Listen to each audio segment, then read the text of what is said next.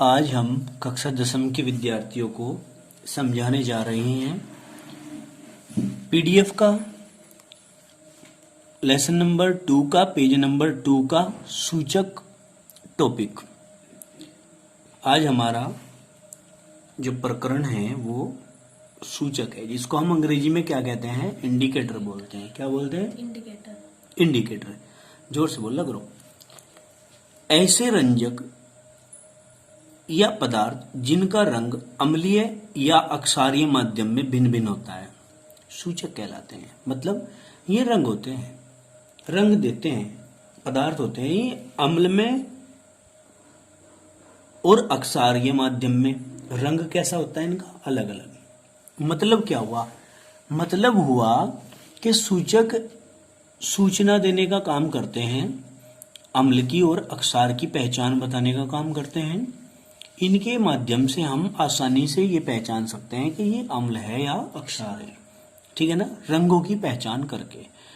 अब देखिए क्या कह रहे हैं, वे पदार्थ जो अम्ल में अलग तथा अक्षार में अलग प्रकार का रंग देते हैं सूचक कहलाते हैं। क्या कहलाते हैं? सूचक कहलाते हैं। तो देखिए, सूचक के रंग परिवर्तन से किसी पदार्थ की अम्लीय या अक्षारीय प्रकृति को पहचाना जा सकता है। क्या कर सकते हैं हम? इसकी अम्लीय या अक्षारीय प्रकृति को पहचान सकते हैं कि ये पदार्थ अम्ल है या अक्षार है। कैसे? लिटमस जो होता है, मेथिल ऑरेंज जो होता है और फिनोल फथेलिन जो होता है, ये 3 प्रकार के प्रमुख सूचक कक्षा 10 में आप लोगों को पढ़ने हैं, ठीक है, जो अम्ल या अक्षार के परीक्षण में प्रयोग होते हैं। कहीं में अम्ल या अक्षार के परीक्षण में, परीक्षण मतलब पहचान करने में प्रयोग होते हैं। अतः इन्हें अम्ल अक्षार सूचक के नाम से भी जाना जाता है। किस नाम से? अम्ल अक्षार सूचक के नाम से जाना जाता है। अम्ल अक्षार सूचक निम्न 2 प्रकार के होते हैं। कौन कौन से? एक तो प्राकृतिक सूचक, नेचुरल इंडिकेटर, यानी कि जो इस प्रकृति में मौजूद है, ठीक है। प्रकृति में कौन कौन मौजूद है? हल्दी नहीं है, हल्दी पत्ता गोभी नहीं है, ये सारी चीजें जो हैं ये प्राकृतिक सूचक है। देखो, लिटमस, हल्दी, लाल पत्ता गोभी, हाइड्रेजिया तथा कुछ फूलों की पंखुड़ियां जैसे पेटूनिया, जेरेनियम आदि प्राकृतिक अम्ल अक्षार सूचक हैं। इनके नाम याद कर लेने हैं कि प्राकृतिक सूचक कौन कौन से हैं, ठीक है। ये सब क्या हैं? प्राकृतिक सूचक हैं। इनका प्रयोग अम्ल तथा अक्षार के परीक्षण में किया जाता है। हल्दी उदासीन विलयन में पीली तथा अक्षारीय विलयन में लाल हो जाती है। जो हल्दी होती है वो जो हमारे घरों में किचन में रखी हुई होती है वो कैसी? उदासीन विलयन में पीली हो जाएगी, जैसे पानी के अंदर डाल लेंगे तो पीला रंग देगी, और अक्षारीय विलयन में डालेंगे तो लाल रंग देगी। कैसा रंग? लाल रंग। इसी कारण सफेद कपड़े पर लगे हल्दी या सब्जी के दाग साबुन से रगड़ने पर लाल भूरे हो जाते हैं। क्यों? क्योंकि हल्दी जब साबुन के विलयन से मिलेगी, और साबुन का विलयन होता है अक्षारीय चिकना, हमने कल भी पढ़ा था, ठीक है ना। तो जब हम अक्षारीय विलयन में उसको ले जाएंगे कपड़े को, तो वो लाल भूरे रंग का हो जाएगा, क्योंकि साबुन का विलयन अक्षारीय होता है। कैसा होता है? अक्षारीय। लिटमस भी एक प्राकृतिक अम्ल अक्षार सूचक है। कैसा है? अम्ल अक्षार सूचक है। इसे थैलोफाइटा समूह के लाइकेन पौधे से प्राप्त किया जाता है। किसको? लिटमस को। ध्यान रखना, थैलोफाइटा समूह के लाइकेन पौधे से इसको हम क्या करते हैं? प्राप्त करते हैं। किसको प्राप्त करते हैं? लिटमस को, जो कि एक इंपॉर्टेंट क्या है? इंडिकेटर है, सूचक है। समझ में आ गई बात? आगे देखो, इसका प्राकृतिक रंग, किसका? लिटमस का, न तो अम्लीय होता और ना ही अक्षारीय होता। मतलब ये उदासीन होता है, बैंगनी होता है इसका रंग। कैसा? बैंगनी। अम्लीय विलयन में नीला लिटमस लाल हो जाता है, जैसे नींबू या संतरे के रस में नीला लिटमस पेपर डुबाने पर लाल हो जाता है। तो नींबू का और संतरे का रस जो होता है वो कैसा होता है? अम्लीय। अगर हम उसके अंदर लिटमस को डाल लेंगे तो वो कैसे रंग का हो जाएगा? वो लाल रंग का हो जाएगा। कैसे रंग का? लाल रंग का हो जाता है। कोई दिक्कत तो नहीं है। फिर हमने कहा अतः नींबू या संतरे का रस प्रकृति में अम्लीय होता है। अब हमें पता नहीं, हमें रस दे दिया, हमें उस रस का ये नहीं पता कि ये अम्ल है या क्षार है, तो हम क्या करेंगे, लिटमस को लाएंगे, लिटमस को लाकर उसके अंदर डुबोएंगे, अगर वो हो गया लाल तो हम समझ जाएंगे कि ये अम्ल है। क्या है, अम्ल। क्लियर होगी बात, आई नहीं समझ में, समझ में नहीं आई। अब देखो, अतः नींबू या संतरे का रस प्रकृति में अम्लीय होता है, इस प्रकार अक्षारीय विलयन में लाल लिटमस नीला हो जाता है। भाई अम्लीय विलयन में तो लाल हो रहा था, अम्लीय विलयन के अंदर लिटमस को आपने, लिटमस एक पेपर होता है, पट्टी सी होती है, उसको लाकर आपने डुबो दिया अम्ल के अंदर तो वो लाल नहीं हो गया था। और अब आप क्या कह रहे कि अगर अक्षारीय विलयन में डुबोते हैं तो लाल लिटमस नीला हो जाता है। नीला लिटमस था पहले, वो लाल हो गया था, और यहाँ पे लाल लिटमस है, ये नीला हो जाएगा। जैसे KOH, NaOH, CaOH का उल्टोएच आदि के जलीय विलयन में यदि हम लाल लिटमस को डुबो देंगे तो वो नीला हो जाएगा। समझ में नहीं आई बात। तो ये आपने जो पढ़े हैं अभी, ये सारे के सारे क्या पढ़े, प्राकृतिक सूचक पढ़े। कोई दिक्कत है क्या इनमें, आई समझ में बात। अभी हम इसके बाद आगे चलते हैं। जो हमने इसमें एक बात और बताई कि जो लिटमस होता है वो थैलोफाइटा समूह के लाइकेन नामक पौधे से प्राप्त होता है। ठीक है, सबसे अच्छा इंडिकेटर कौन है जो आसानी से मिल जाता है घर में, हल्दी, टर्मरिक बोलते हैं उसको। क्या बोलते हैं, टर्मरिक।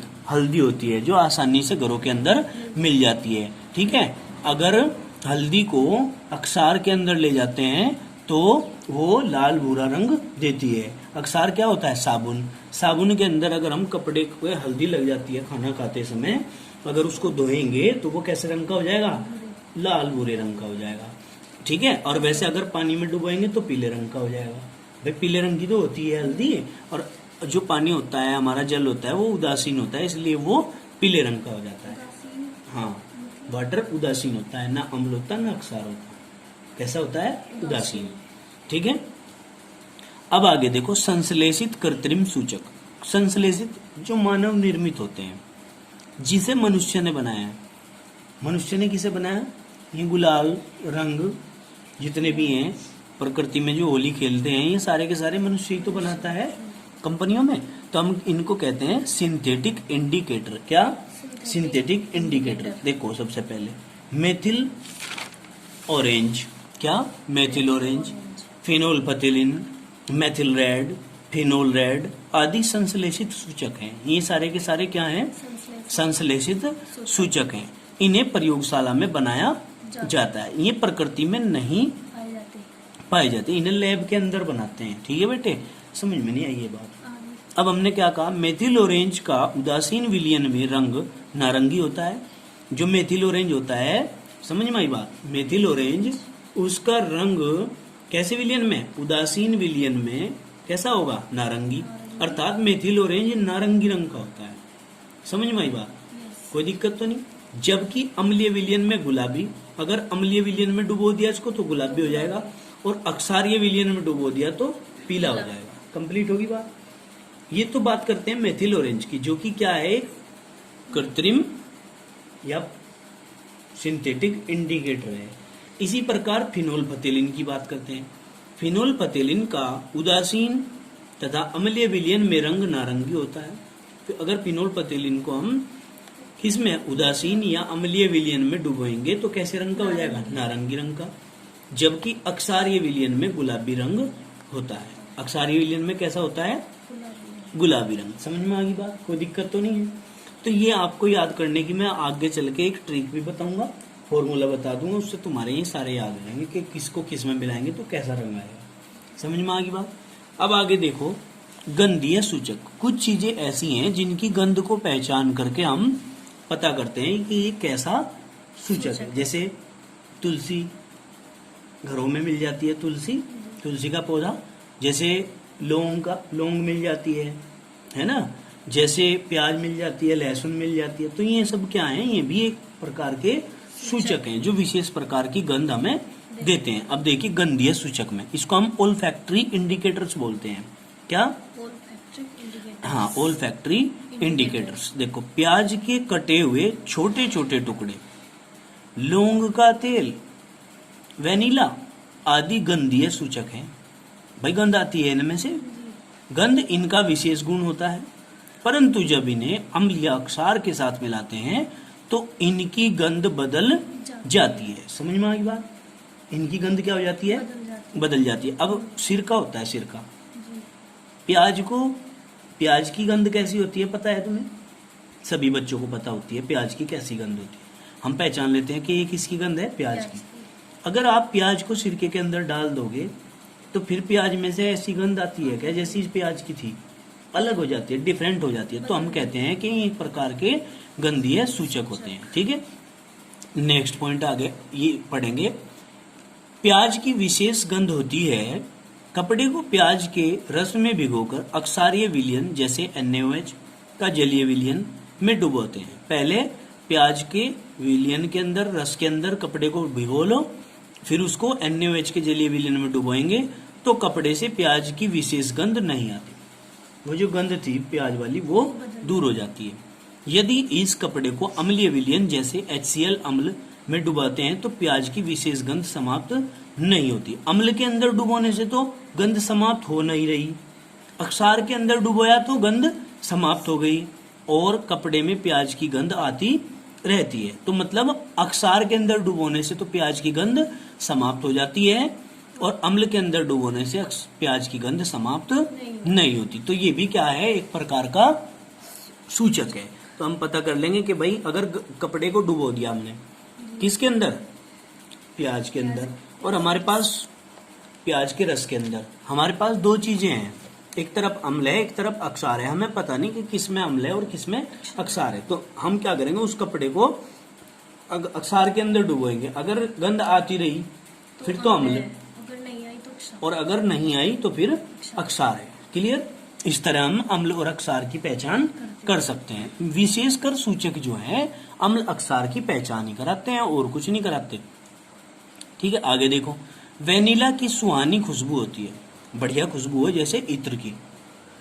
अम्लीय विलयन जैसे HCl में वेनिला की विशेष गंध समाप्त नहीं होती है, जबकि अक्षारीय विलयन जैसे NaOH में समाप्त हो जाती है। NaOH में क्या हो जाती है? ये गंध समाप्त हो जाती है। अतः प्याज, वेनिला, लौंग का तेल आदि को गंधीय सूचक की भांति प्रयोग किया जा सकता है। इन सब चीजों को हम क्या करते हैं भाई?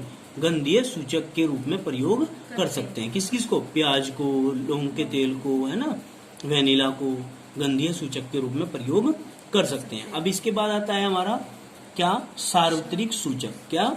सार्वत्रिक सूचक, यूनिवर्सल इंडिकेटर बोलते हैं हम इसको, इम्पोर्टेंट भी है ये हमारा। सार्वत्रिक सूचक विभिन्न सूचकों को मिलाकर एक सूचक बनाया जाता है। मिश्रण होता है कई सारे सूचकों का। क्या? कई सारे सूचकों को आपस में मिलाकर के एक सूचक तैयार किया जाता है जिसको हम कहते हैं सार्वत्रिक सूचक, जो भिन्न भिन्न pH पर अलग अलग रंग देता है। जैसे जैसे pH मान बदलेगा उसका रंग भी बदलता चला जाएगा। समझ में आई बात? pH होता है power of hydrogen ion concentration. ठीक है, क्या?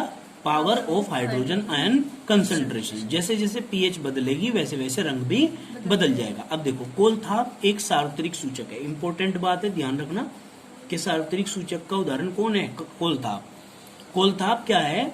एक सार्वत्रिक सूचक है। कोलथाप methyl orange, phenolphthalein, thymolphthalein, bromo thymolphthalein, blue तथा अल्फा नेफ्थेलिन का मिश्रण है। इन सारी चीजों को मिला करके कोलथाप बनाया गया। ठीक है, यह pH पर क्या? pH 4 पर, अगर pH बराबर 4 है, ऐसे लिखना, pH बराबर 4 है तो लाल रंग, pH बराबर 5 है तो नारंगी रंग, pH बराबर 6 है तो नींबू जैसा पीला रंग, और pH बराबर 7 है तो हरा पीला रंग देता है। pH बराबर यदि 8 होता है तो हरा रंग देता है, pH बराबर 9 होता है तो नीला रंग देता है, नीला हरा रंग देता है, और pH बराबर 10 हो यदि तो नीला रंग देता है, और pH बराबर अगर 11 हो जाए, ठीक है, नहीं तो हल्का गुलाबी रंग देता है। ठीक है बेटे, और यदि pH बराबर 12 हो जाए तो फिर गुलाबी रंग देगा, और pH बराबर 13 हो जाए तो बैंगनी रंग देगा, और pH बराबर 14 हो जाए तो हरा बैंगनी रंग देता है। क्या देता है? हरा बैंगनी रंग देता है। बताओ जरा, इतनी बात समझ में आई क्या? कोई दिक्कत तो नहीं है? तो आज के लिए हम इतना ही पढ़ेंगे। पेज नंबर 5 हम समाप्त कर चुके हैं। अब पेज नंबर 5 पर नई टॉपिक के साथ, जो कि अम्ल है, ठीक है ना, इस टॉपिक को हम नेक्स्ट वीडियो में पढ़ेंगे। क्लियर? उम्मीद करता हूँ ये सब चीजें समझ में आई होंगी। इनको अच्छे से आप लोग दोहराएंगे, पढ़ेंगे, याद करेंगे। जो चीज समझ में नहीं आएगी उसको मेरे से आप फोन करके या फिर व्हाट्सएप पर मैसेज करके पूछ सकते हैं। धन्यवाद।